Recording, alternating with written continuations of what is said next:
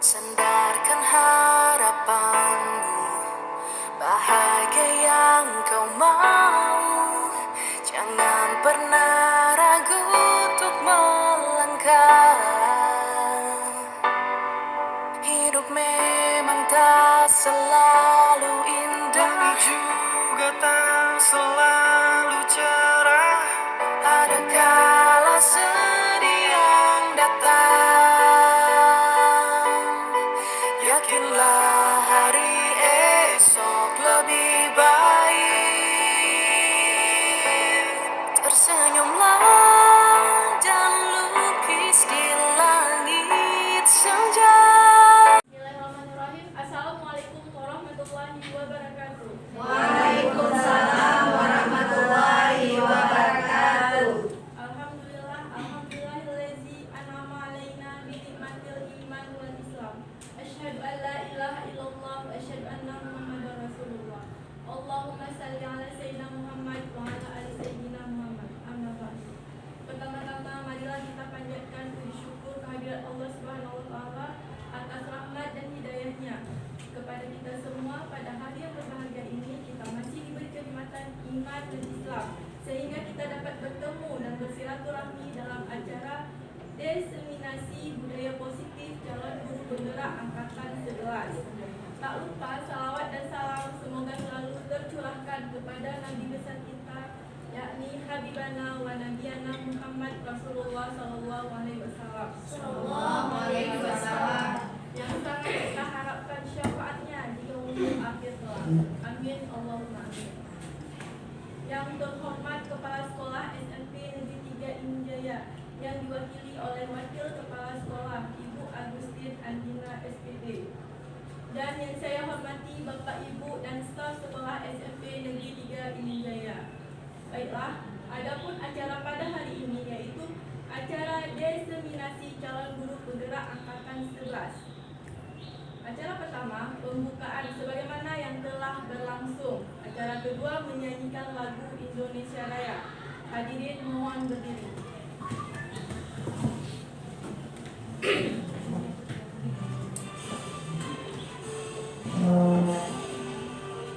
Indonesia, tanah airku, tanah tumpah darahku. Di sanalah aku berdiri, jadi pandu ibuku. Indonesia, kebangsaanku, bangsa dan tanah airku.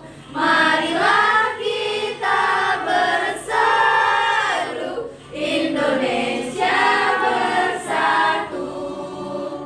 Hiduplah tanahku, hiduplah negeriku, bangsaku, rakyatku semuanya. Bangunlah jiwanya, bangunlah badannya untuk Indonesia Raya. Indonesia Raya, merdeka, merdeka, tanahku, negeriku yang ku cinta.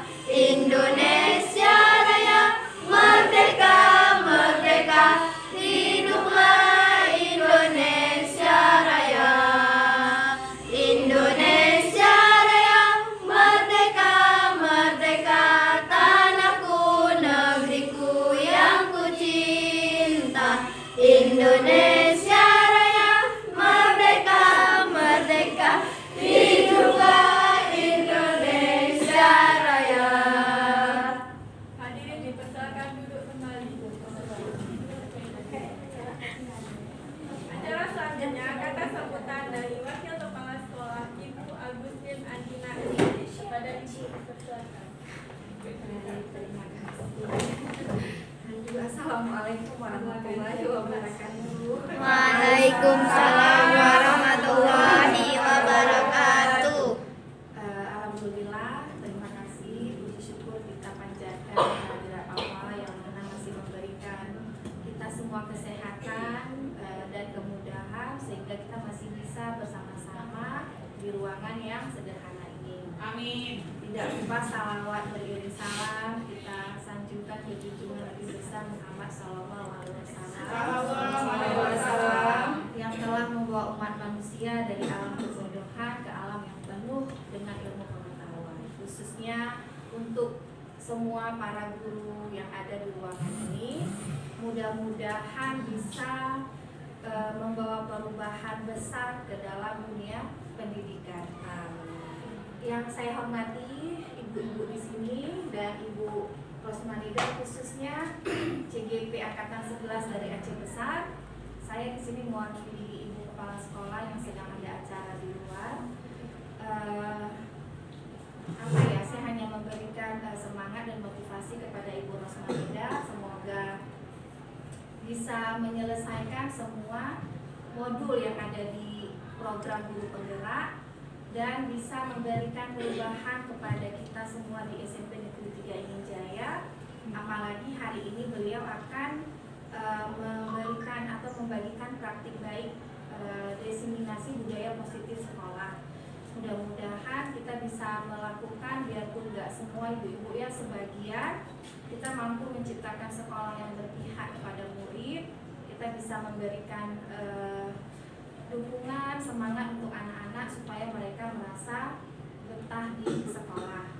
Seperti yang kita ketahui, selama ini sangat sulit untuk bisa membuat sekolah yang ramah anak. Mudah-mudahan dengan hadirnya CGP dari SMP 3 bisa memberikan perubahan dan wawasan baru untuk dewan guru bagaimana menerapkan budaya positif di sekolah.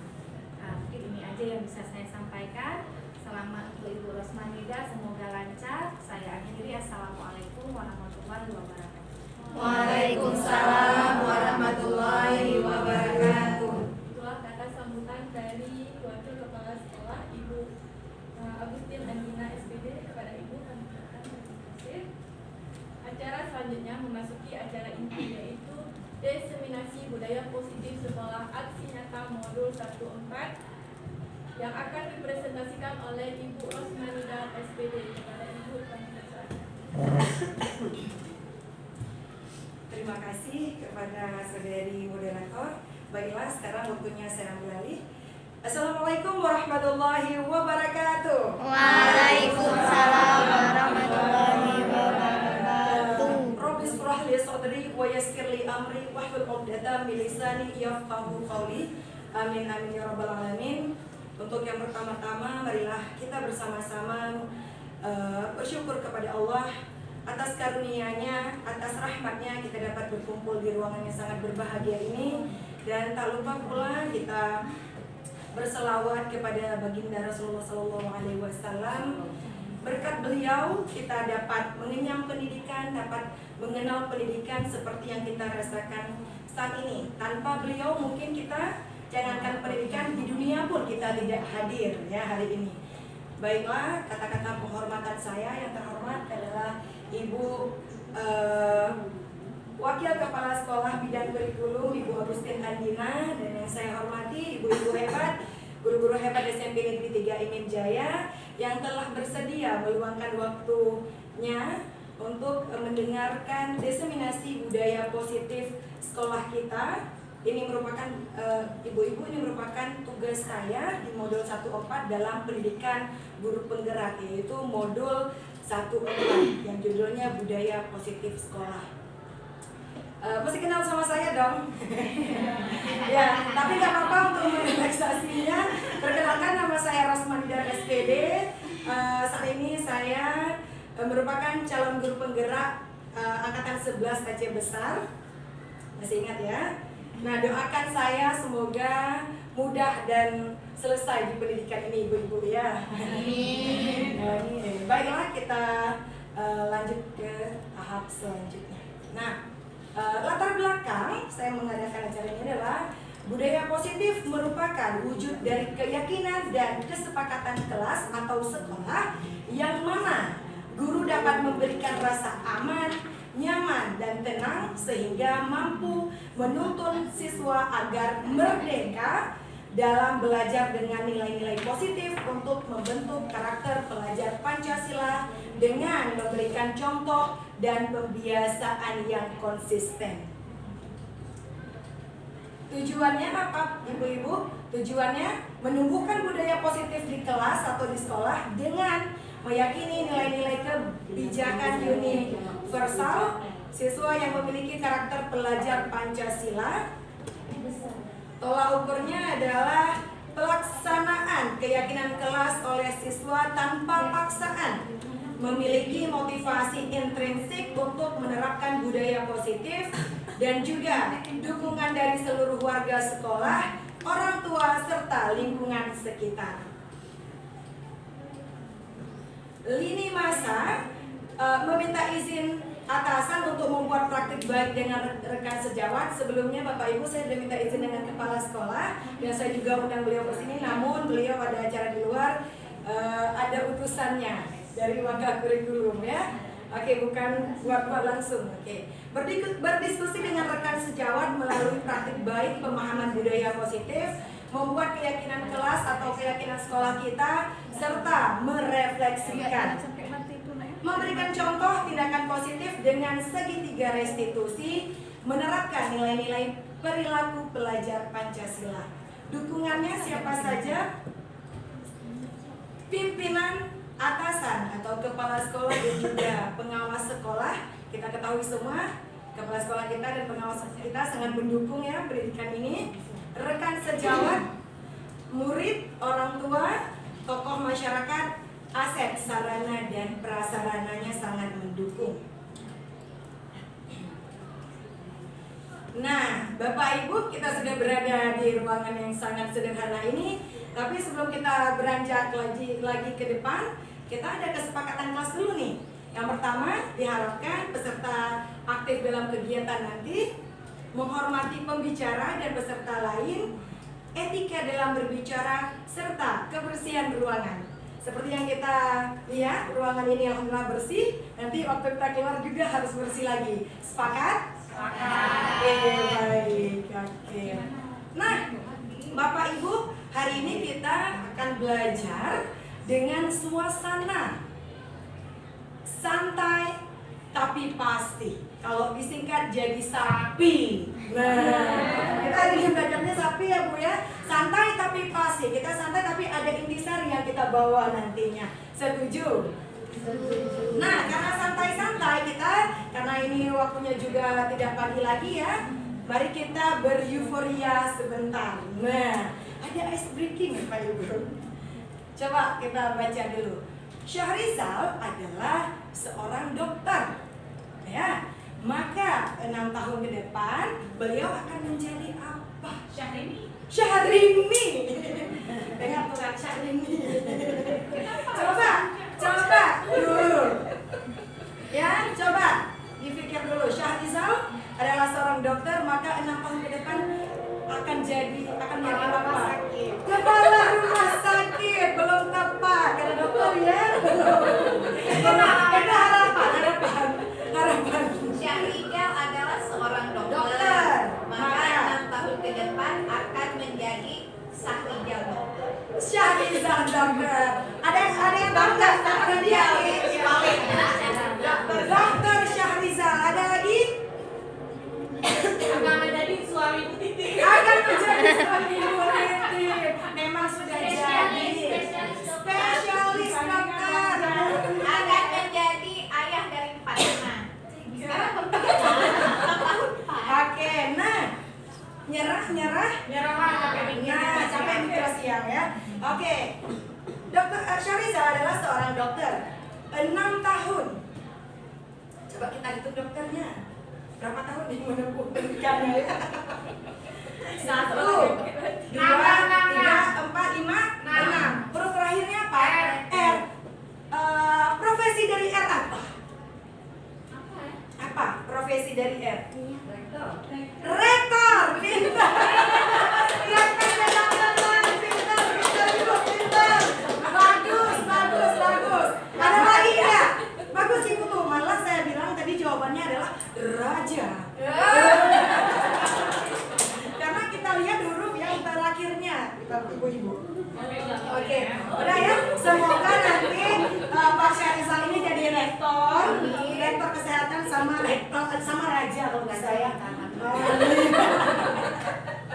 Oke, berarti udah cair dong ya, udah semangat. Oke, lanjut. Nah, Bapak Ibu,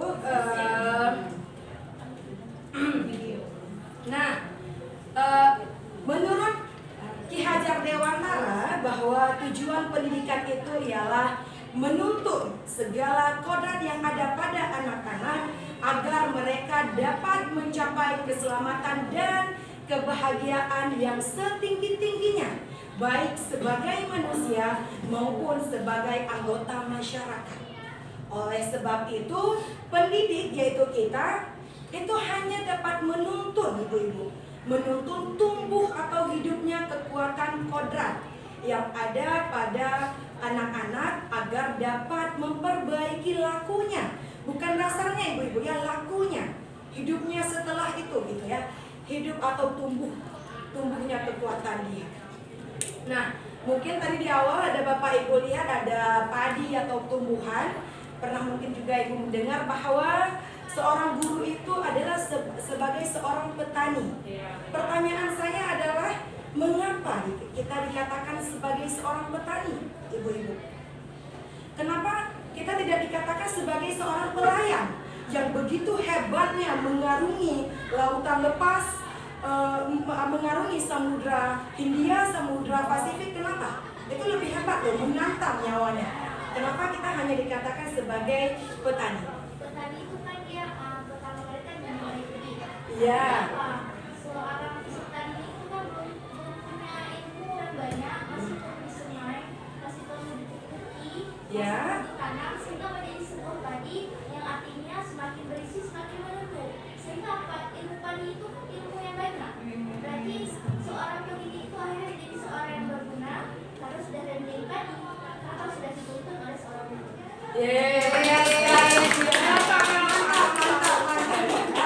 Nanti ya kita beli ya. Ya, terima kasih banyak. Terima kasih atas waktunya. Baik, benar sekali seperti jawaban Bu Zulfa. Terima kasih banyak. Mari kita lihat. Nah, pendidik seperti seorang petani. Saya juga seorang petani yang hanya dapat menuntun, Bapak Ibu, menuntut tumbuhnya padi. Ia memberikan kondisi tanah. Kalau saya dulu kan bajak dulu tanahnya, kemudian disemai bibit dulu seperti Bu Zulfa bilang, kemudian kita siram dulu kalau tandus sekali tanahnya, memberi pupuk, kita lihat ada hama atau tidak, sehingga padi itu tumbuh dengan baik dan hasilnya juga sangat bagus. Namun yang saya tanyakan tadi, mengapa kita tidak jadi nelayan? Karena nelayan itu, ibu-ibu, tidak bisa menggemukkan ikan di dalam laut, mengambil yang sudah ada. Tapi kalau kita memang dari proses pertama, kita lihat dia, kita beri dia nasihat atau kita kasih dia ilmu sehingga dia bertumbuh kembang sampai menjadi orang yang sukses. Nah, kita didik anak itu apa yang kita cita-citakan di depan, begitulah yang kita jalani sekarang ini, gitu ya. Baiklah. Nah, pada hari ini konsep-konsep yang akan kita jelajahi yaitu konsep budaya positif. Ada perubahan paradigma, disiplin positif, motivasi, hukuman dan penghargaan, serta restitusi, keyakinan kelas, kebutuhan dasar manusia, posisi kontrol dan juga segitiga restitusi. Nah, perubahan paradigma selama ini kita udah berkecimpung di dunia pendidikan, namun kita harus melihat lagi ya Bapak Ibu ya. Nah, untuk membangun budaya positif, sekolah perlu membangun lingkungan positif, aman dan juga nyaman agar murid mampu berpikir, bertindak dan menciptakan dengan merdeka, mandiri dan bertanggung jawab. Lazimnya disiplin sering dikaitkan dengan kontrol. Dalam hal ini kontrol guru dalam menghadapi murid. Nah, itu mungkin kita di sekolah kita juga sudah lama menerapkan pelajaran P5 ya. Iya, ada berapa tahun kita sudah melewatinya?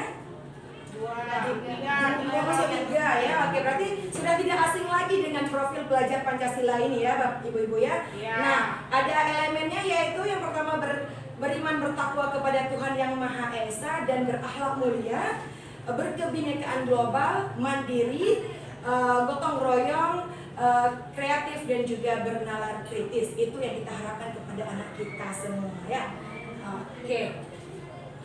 Nah, perubahan paradigma teori kontrol ataupun ilusi kontrol.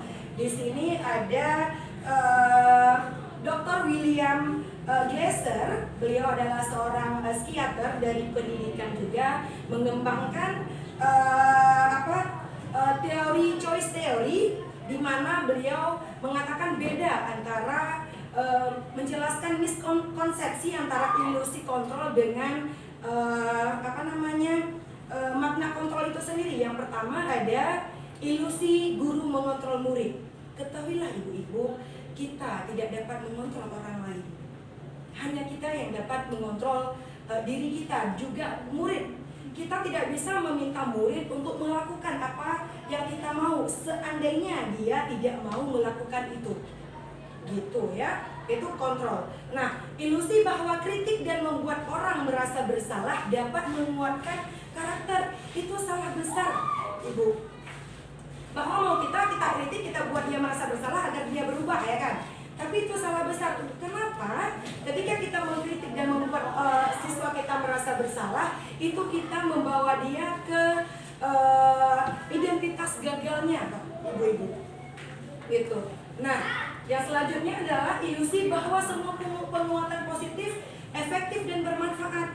Membujuk siswa itu tidak benar, Ibu. Membujuk itu adalah bentuk dari pengontrolan kita terhadap dia. Yuk sayang, yuk mau, yuk. Itu bujukan keraguan kita, Ibu. Gitu. Nah, yang selanjutnya ilusi bahwa orang dewasa kita memiliki hak untuk memaksa. Itu salah besar, Ibu. Seperti yang kita bilang tadi, anak atau kita adalah jiwa yang merdeka. No one can force us to do everything. Gak ada seorang pun yang dapat memaksa kita untuk melakukan hal-hal yang tidak kita suka. Tidak bisa tuh, ya. Nah, itu ilusi kontrol. Itu ingin kita mengontrol seseorang itu, ibu-ibu. Nah, kemudian bagaimana perubahan paradigma stimulus respon atau teori kontrol? Siapa sesungguhnya yang memiliki kontrol dalam diri kita?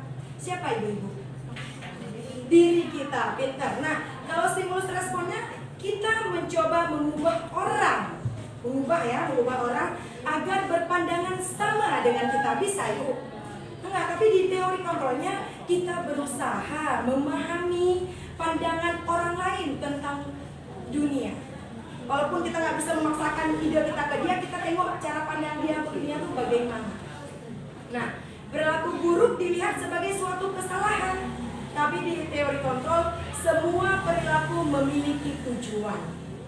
Yang harus kita tanyakan, apa sih maksudnya, bagaimana sih ini gitu ya.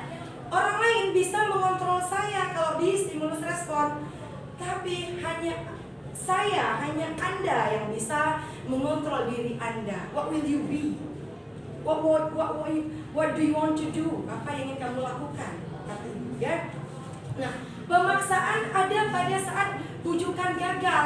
Ketika kita bujuk enggak kunjung dia mau sama kita, itu kita anggap gagal. Padahal kolaborasi, nggak usah diajak-ajak. Nih kayak gini kan kita kolaborasi ya. Ada kena rayuan maut saya nih enggak kan?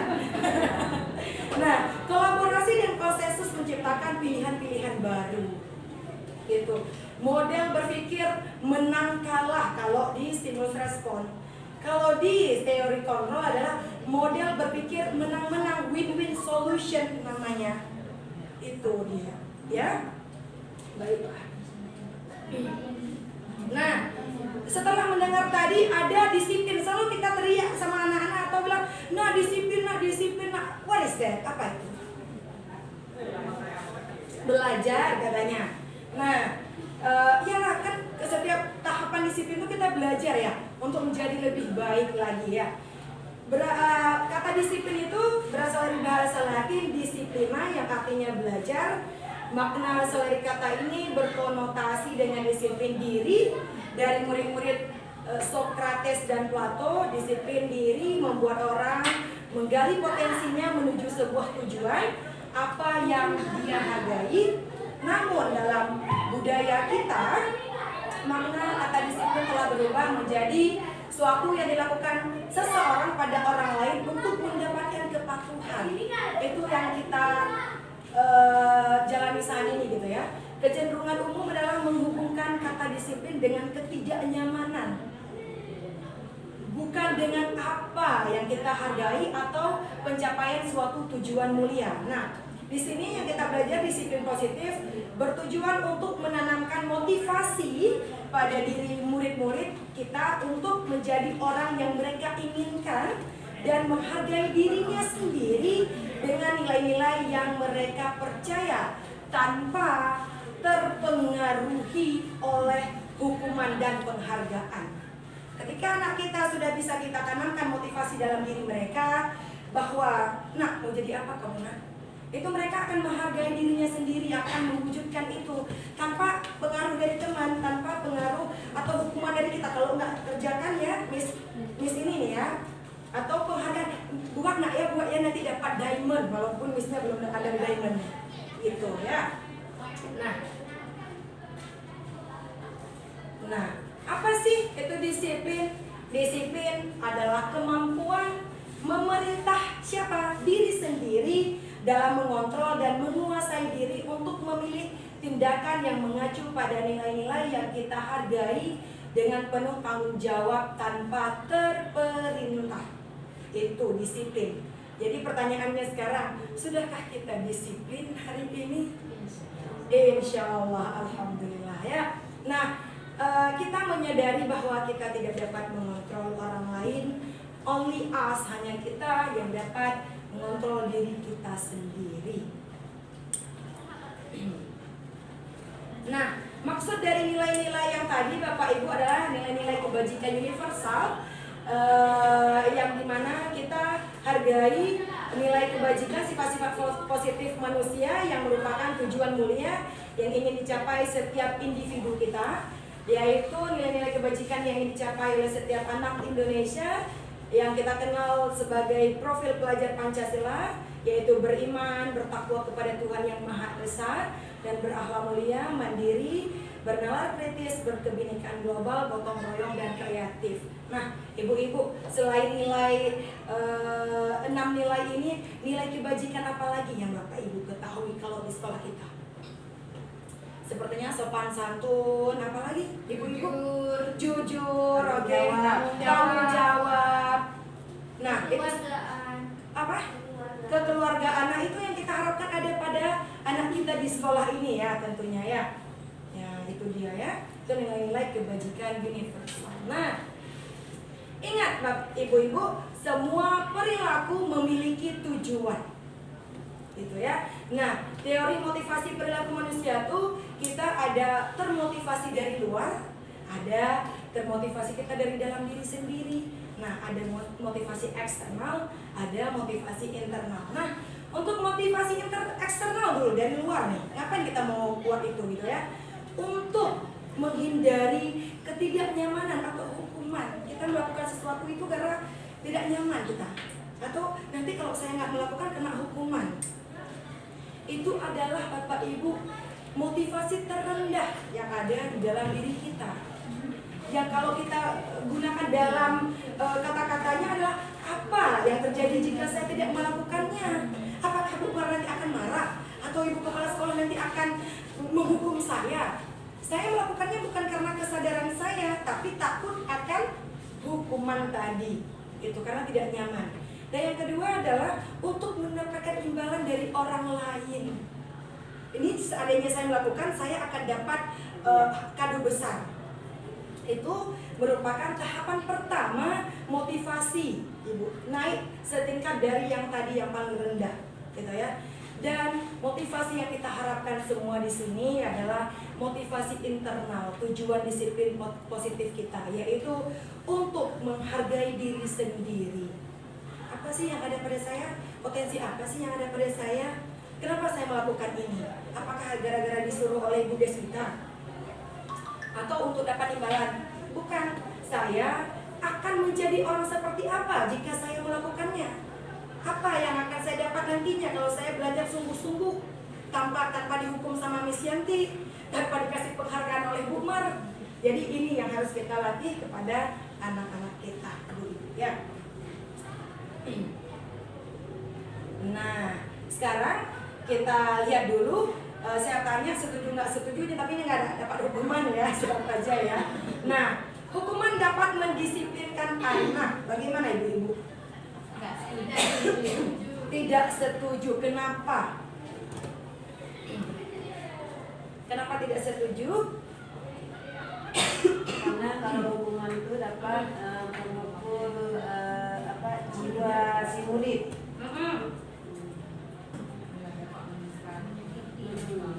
Itu hanya berefek jangka pendek aja. Itu hanya berefek jangka pendek. Oke, pintar.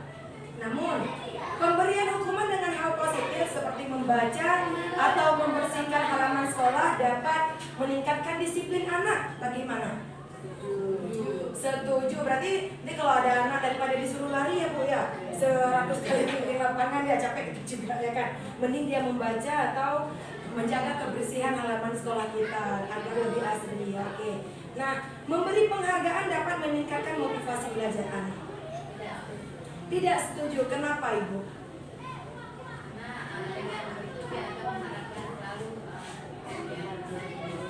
Benar, berarti kalau setiap masuk pelajaran seni budaya dia akan mengharapkan vas bunga yang bagus ya, bukan tariannya yang dia kuasai ya. Oke, mantap.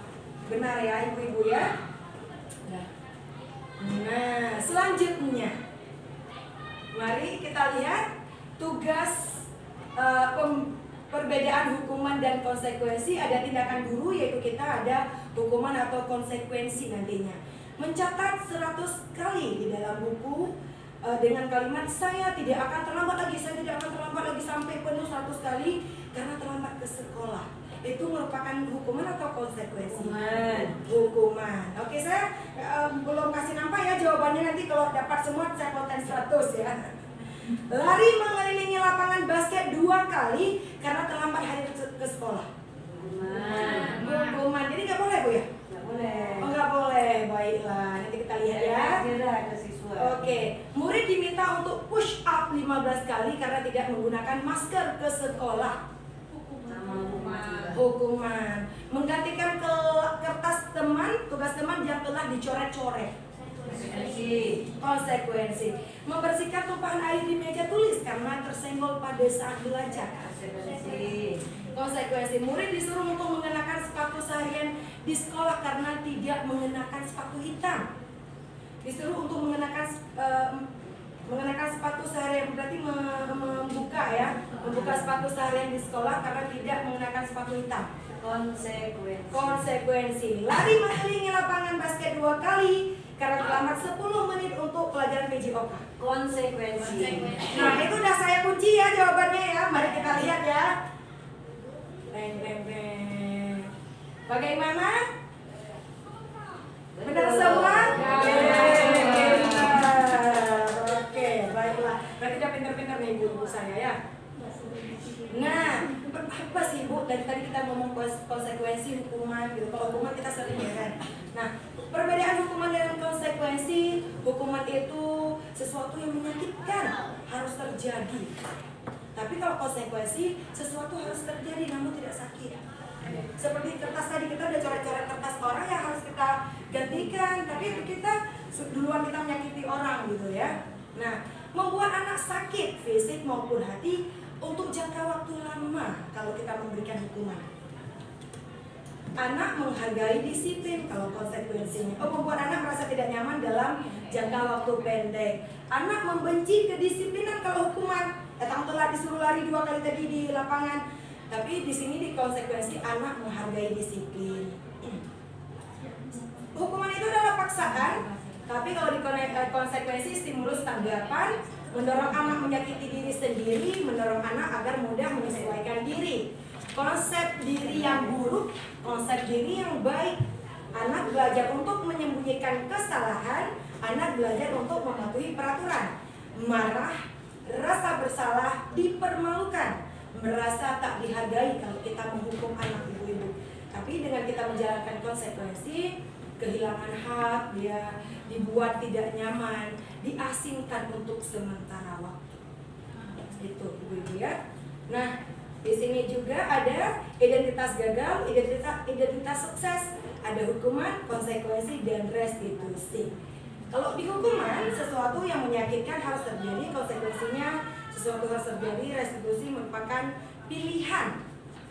Nah, tidak nyaman untuk murid, anak untuk jangka waktu panjang ini tidak nyaman untuk murid atau anak untuk jangka waktu pendek, menguatkan murid untuk jangka waktu panjang kalau restitusi. Korban mendapatkan keadilan, korban bisa diabaikan, korban mendapatkan ganti. Murid anak akan tersakiti, murid dibuat tidak nyaman, murid anak mendapatkan penguatan. Perilaku pasif agresif meningkat, penguatan hanya bertahan dalam jangka waktu pendek, masalah terpecahkan. Nah, ini negatif ya Bu-ibu ya, hukuman kalau konsekuensi netral, tapi kalau restitusi adalah hal yang positif. Baik, nah hukuman dan penghargaan. Nah tadi kita udah dihukum oleh penghargaan, bahwa penghargaan berlaku sama dengan hukuman dalam arti meminta atau membujuk seseorang melakukan sesuatu untuk memenuhi suatu tujuan tertentu dari orang yang meminta, membujuk, dorongan eksternal, dan ada faktor ketergantungannya, yaitu berpengaruh jangka pendek. Kita kalau menghukum, kalau memberikan penghargaan, dia seperti yang Ibu Suhana bilang tadi, dia sebetulnya harus jangka pendek. Kalau jangka panjang itu udah dia mengharapkan imbalan dari kita. Tuh, gitu. Penghargaan juga menghukum. Ketika kita berikan anak ranking 1 yang ranking 2, saya dapat ranking 2 ya. Itu. Nah, tidak efektif. Kenapa? Yang diharapkan adalah hadiahnya, bukan ilmunya. Penghargaan juga merusak hubungan. Merusak hubungan di sini adalah ketika saya dengan Bu Suhana adalah kawan, ketika dia mendapatkan apresiasi atau penghargaan, saya merasa kok dia dapat penghargaan ya. Saya merasa iri, kok saya nggak dapat ya. Saya nggak mau berteman lagi lah dengan Bu Suhana. Itu yang disebut dengan penghargaan merusak hubungan. Hubungan antara teman siswa dengan teman lainnya. Nah, pertanyaannya adalah, mari kita lihat. Jika kita ada sebuah janji bertemu dengan teman, namun ternyata dia juga memiliki janji penting bertemu orang lain di tempat lain, Anda terpaksa naik taksi untuk menemui teman Anda di tempat itu. Apakah Anda akan meminta teman Anda membayar biaya taksi Anda menuju ke tempat tersebut? Tidak. Baik kali Ibu ya. Kenapa tidak, Bu? Karena itu kan saling menghargai sesama teman. Pintar. Nah, Bapak Ibu, itulah yang disebut dengan restitusi. Tapi kenapa restitusi? Seharusnya kan teman yang berbuat janji sama kita, dia harus memenuhi janjinya. Dia tidak membuat janji dulu dengan orang lain, sehingga kita harus bersusah payah naik taksi menjumpai dia. Itu yang akan kita belajar ya. Iya. Restitusi. Nah, sebuah pendekatan untuk menciptakan disiplin positif. Oke ya. Nah, di sini restitusi, apa sih restitusi? Dari tadi sebut restitusi. Restitusi itu adalah menciptakan kondisi bagi murid untuk memperbaiki kesalahan mereka, Ibu, sehingga mereka bisa kembali pada kelompok mereka dengan karakter yang lebih kuat. Juga proses kolaboratif yang mengajarkan murid untuk mencari solusi untuk masalah mereka dan membantu murid berpikir tentang orang seperti apa yang mereka inginkan nantinya gitu.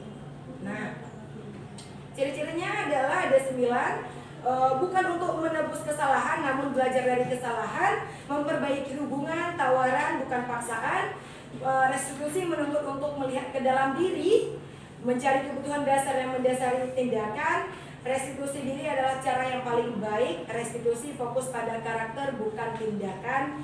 Juga berfokus pada solusi, dan yang terakhir mengembalikan murid yang berbuat salah pada kelompoknya. Bukan ketika orang buat salah kita nggak menerima lagi ya. Kita harus menerima kembali dengan sesudah dia memperbaiki diri. Nah, budaya positif, ada lingkungan positif, keyakinan kelas yang udah kita buat ya, itu ada contohnya ya, itu ada peraturan kelas masing-masing gitu ya. Ada contoh di kelas ini ya, apa-apa. Nah, keyakinan kelas, apa itu keyakinan kelas? Untuk mendukung motivasi intrinsik, kembali ke nilai-nilai keyakinan, lebih menggerakkan seseorang dibandingkan mengikuti serangkaian peraturan-peraturan. Kenapa harus keyakinan ibu-ibu? Kenapa enggak peraturan gitu? Karena keyakinan itu kita buat sama-sama, kita tanya dulu ke anak, mau nggak kayak gini, kayak mana kelas kita, gitu ya. Tapi kalau peraturan, nah kalian harus datang on time ya, itu mereka akan berat. Karena keyakinan sifatnya memaksa, tapi kalau keyakinan atas azas kemauan kita. Lahir dari siswa, Pinter. peraturan lahirnya di sekolah, sekolah yang melahirkan peraturan. Pinter, ya, udah sangat paham. Nah, ini ada kegiatannya sama tabel Y dan tabel D. Di sini ada terdengar, berperilaku, terlihat, ada tampak tak tampak. Di sini nanti kita bisa minta ke siswa kita untuk apa yang harus guru lakukan, apa yang harus murid lakukan.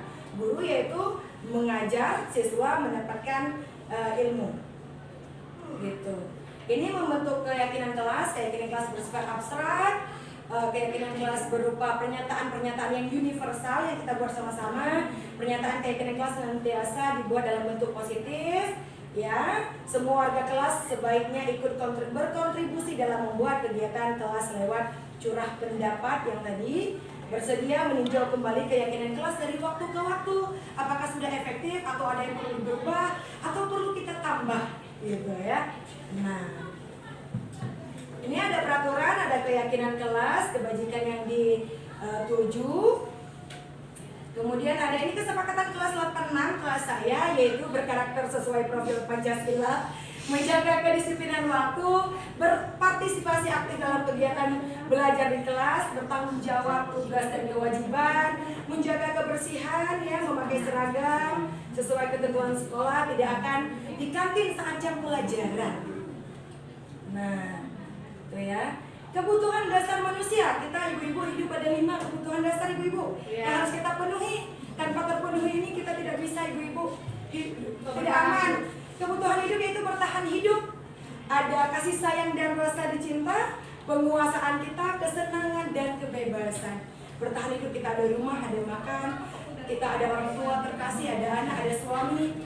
Penguasaan kita bagaimana gitu ya di sekolah, have fun, dan juga kebebasan. Kita tidak mau terikat ibu-ibu, kita manusia yang merdeka. Pertanyaannya, sudahkah terpenuhi kebutuhan dasar kita semua hari ini? Alhamdulillah ya. Alhamdulillah. Nah, ada kasus Ibu Ani, guru kelas 5 SD Pelita Hati, sedang bingung menghadapi ulah salah satu murid di kelasnya, Agus.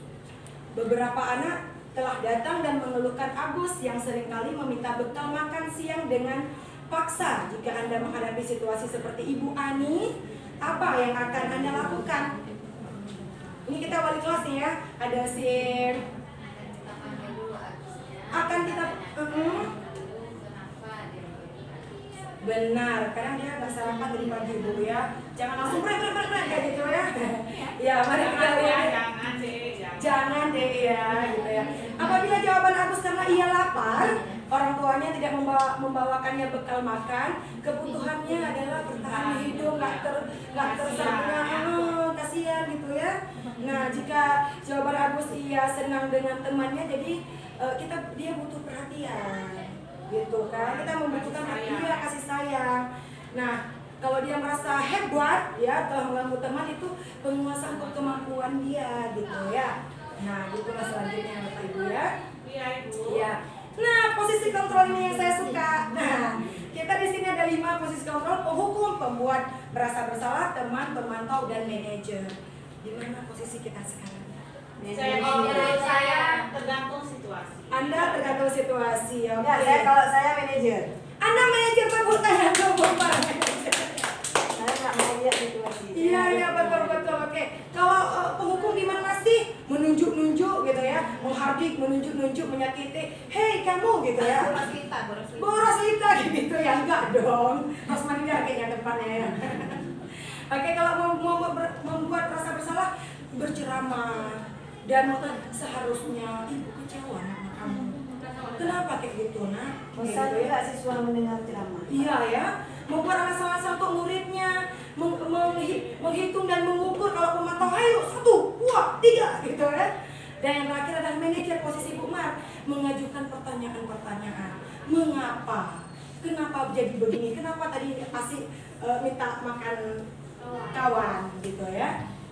Nah gini ya, nih saya kecewa sekali dengan kamu. Kamu tidak pernah benar melakukannya itu. Sebagai teman, ayolah lakukan demi ibu apa? Iya, itu banyak. Iya, apakah kamu mau mendapatkan stiker bintang ini sayang? Itu sebagai pemantau. Kalau manajer, bagaimana kamu bisa menyelesaikan masalah ini? Iya, saya bukan gini, dia langsung menjabarkannya. Nah, kamu selalu yang paling terakhir itu penghukum, ya. Nah, balik lagi. Kalau saya tepatnya cocoknya di mana, Ibu? Manajer. Oke, semoga kita di sini semua menjadi manajer.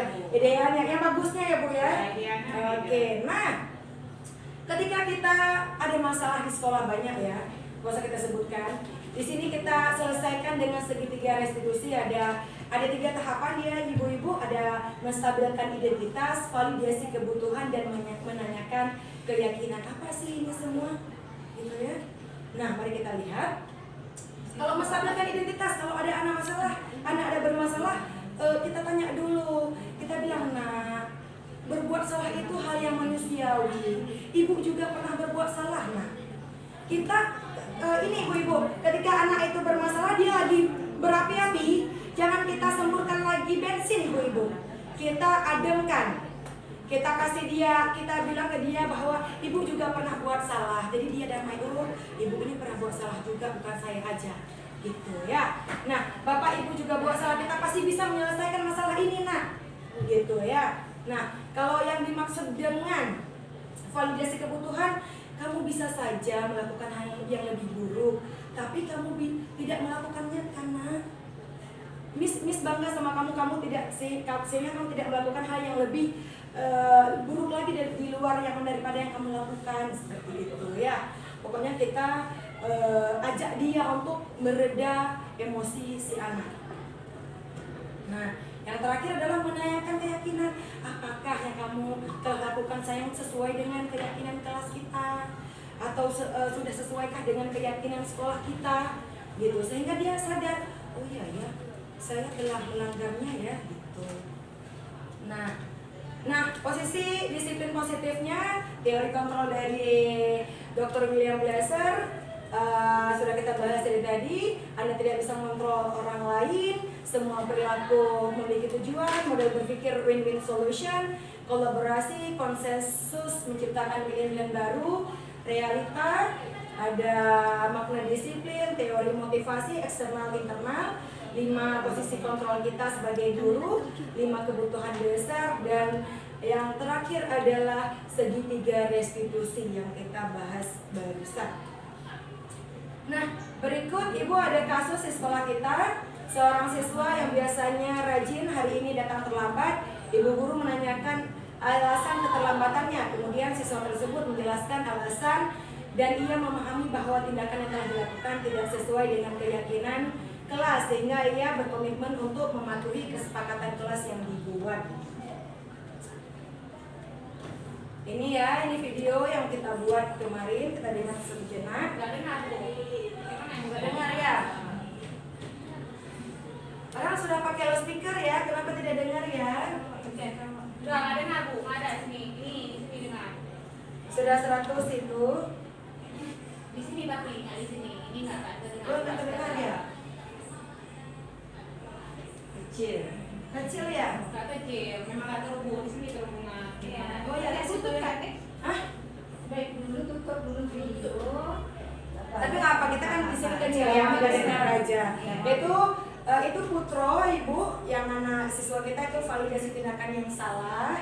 Dia telat, dia biasa anaknya rajin, tapi hari itu telat, gitu ya. Berarti kita lewatin aja Bu ya. Gak apa-apa, lanjut aja karena Bu Zulfa penasaran. Boleh silakan.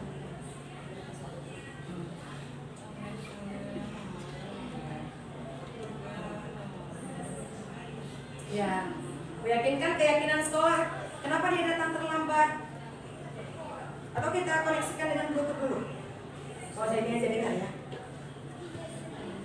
Jadi di sini kita tanya dulu ya. Ya, kita tanya dulu ke si Putro kenapa dia bisa datang terlambat begitu. Padahal dia anaknya rajin loh.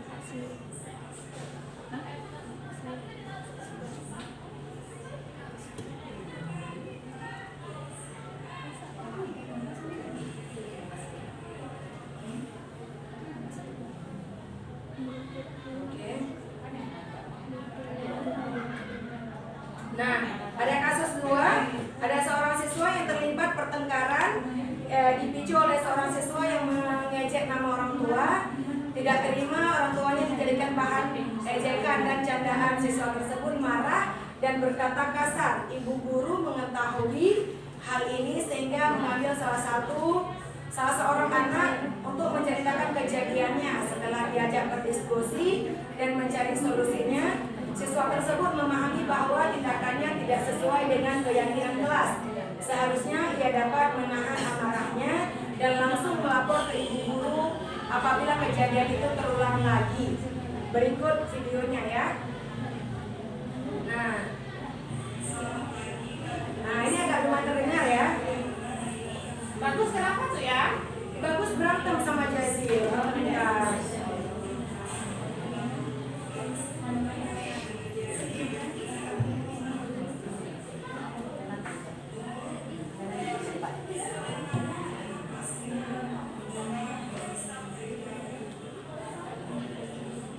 Padahal kita kenal Bagus ini kan baik anaknya ya. Ya, mungkin dia mau buat sesuatu ada alasan. Kalau Iya. nggak dilakukan nggak mungkin. Betul.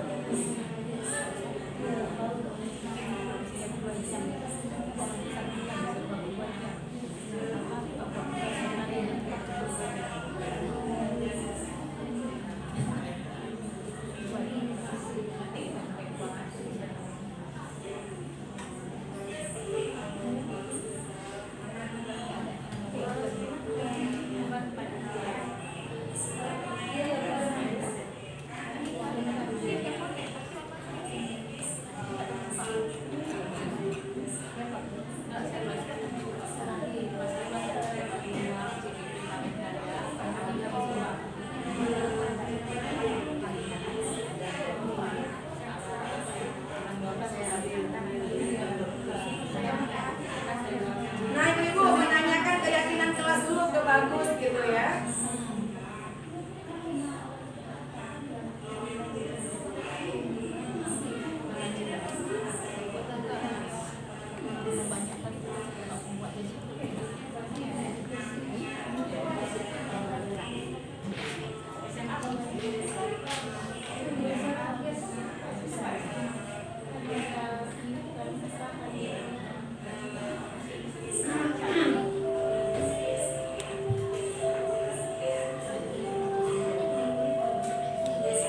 Nah itu gurunya memanggil Jazil ya, saya memanggil Jazil untuk proses penyelesaian masalahnya ya.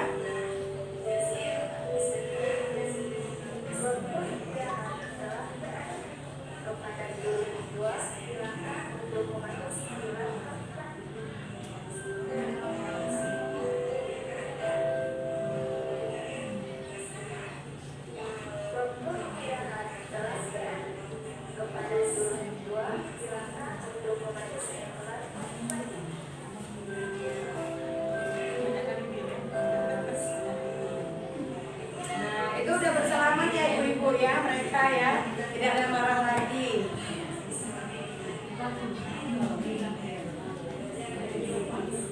Jazir ya? Jazil dengan Bagus.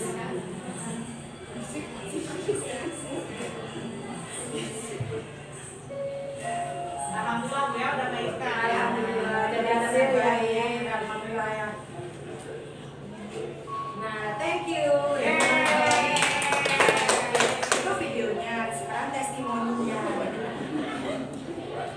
Oke, nah apa kata mereka setelah mereka mempraktikkan segitiga restitusi tadi. Ya, yang itu memang ada kasusnya ya. Ini Putro Zakia. Dari 91 dia.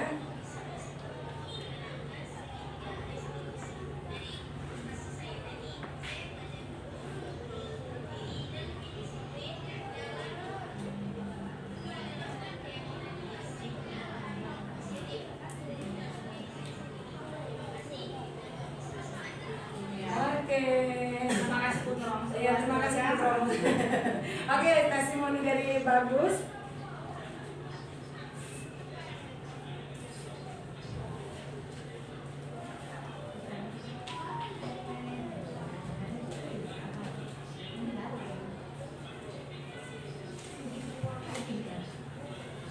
Oke, nah ini Bapak Ibu harus kita sadar semua agar tidak putus asa dalam menghadapi masalah. Lihatlah bahwa semuanya wajar dan bisa diupayakan menjadi lebih baik. Betul. Iya, gitu ya. Hanya ini dari saya. Terima kasih atas waktunya. Saya akhiri. Wassalamualaikum warahmatullahi wabarakatuh. Waktu dan tempat saya kasih ke Ibu moderator. Kamu kasih ada lagi inisiatif kasih aku. Oh ya, itu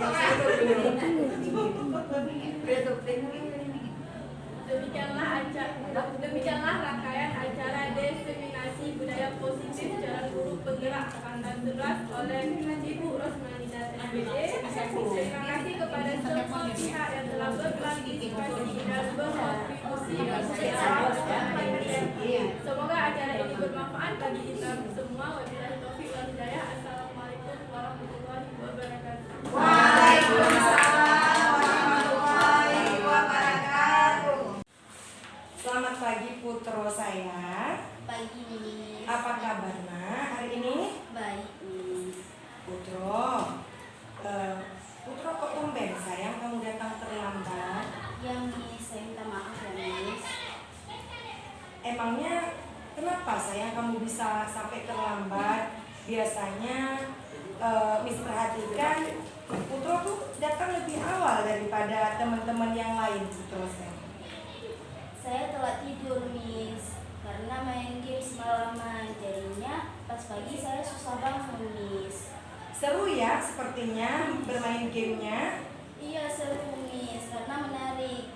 Emang salah ya Miss? Iya Mak, karena kita tidak boleh datang ke sekolah terlambat. Dan pada malam hari kita juga harus tidur lebih tepat waktu agar kamu tidak kesiangan bangunnya. Nah, yang Putro lakukan itu apa sudah sesuai dengan keyakinan sekolah kita? Tidak Miss. Nah, menurut Putro peraturan apa yang tidak sesuai sayang? Datang ke sekolah tepat waktu Miss. Nah, betul. Lalu apa yang akan Putro lakukan agar Putro tidak terlambat lagi datang ke sekolah sayang? Tidur lebih cepat dan tidak bangun kesiangan Miss. Nah, apakah Putro bersedia, berkomitmen atau berjanji ya Mak dengan keyakinan ini? Bersedia Miss. Baiklah, kalau seperti itu Putro dapat mengatur waktu agar bisa lebih disiplin lagi ya Mak. Ya Miss, makasih ya Miss. Sama-sama, berarti sekarang Putro bisa balik ke kelas dan belajar dengan penuh semangat ya sayang ya. Ya Miss. Oke, jangan ulangi lagi ya sayang ya. Ya Miss. Oke, silakan balik ke kelas sayang. Baik. Selamat pagi Bagus. Pagi Miss. Apa kabarnya hari ini? Sehat Miss. Alhamdulillah. Bagus Miss dengar berita kalau Bagus bertengkar ya dengan Jazil ya Nak. Benar begitu Nak? Benar Miss, saya kesal marah tadi Miss. Oh, kesel dan marah kenapa sayang? Coba boleh Miss tahu ceritanya Nak? Boleh Miss. Tadi kan Jazilnya sengaja nama orang tua saya Miss. Justru teman-teman yang lain malah ikutin Miss.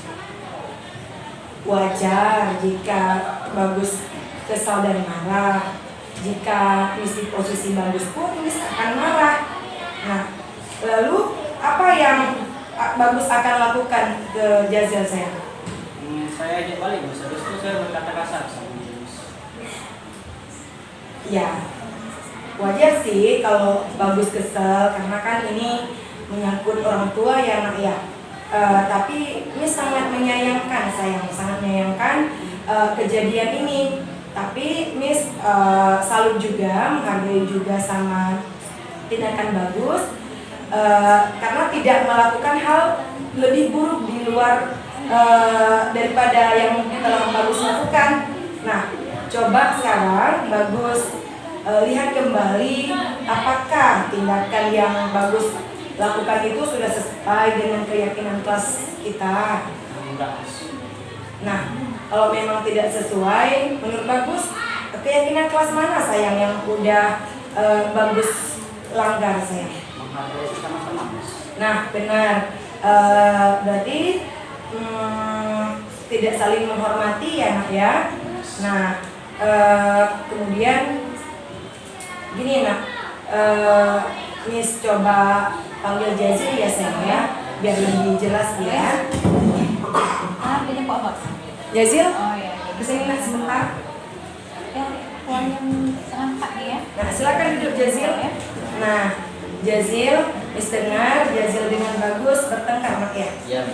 Nah, untuk ke depan jangan lagi ya sayang ya. Bagus nak itu nak.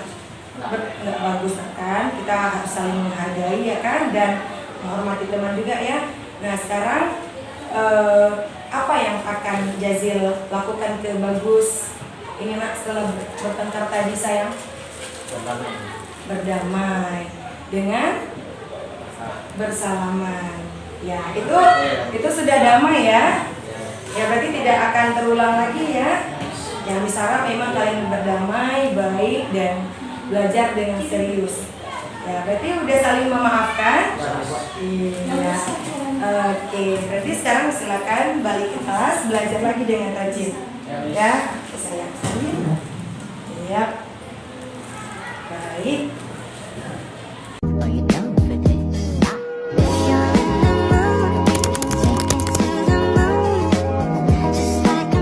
Assalamualaikum warahmatullahi wabarakatuh. Perkenalkan, nama saya Putro Nishwa Zakia. Saya dari kelas 91. Saya sangat senang dengan Miss Ros untuk menerapkan segitiga restitusi. Dari kasus saya tadi, saya belajar untuk mengontrol diri dan lebih disiplin dalam menerapkan keyakinan kelas sehingga karakter positif tumbuh dalam diri saya sendiri. Terima kasih dan buat Miss Ros semangat terus. Warahmatullahi wabarakatuh. Perkenalkan, nama saya Bagus Ramadan dari kelas 91. Saya sangat senang dengan Miss Ros dan juga segitiga restitusi yang telah ditetapkan. Saya berhasil mengontrol diri serta menahan emosi. Dan saya juga berhasil menumbuhkan sifat positif dalam diri saya sendiri. Terima kasih Miss Ros, semangat terus.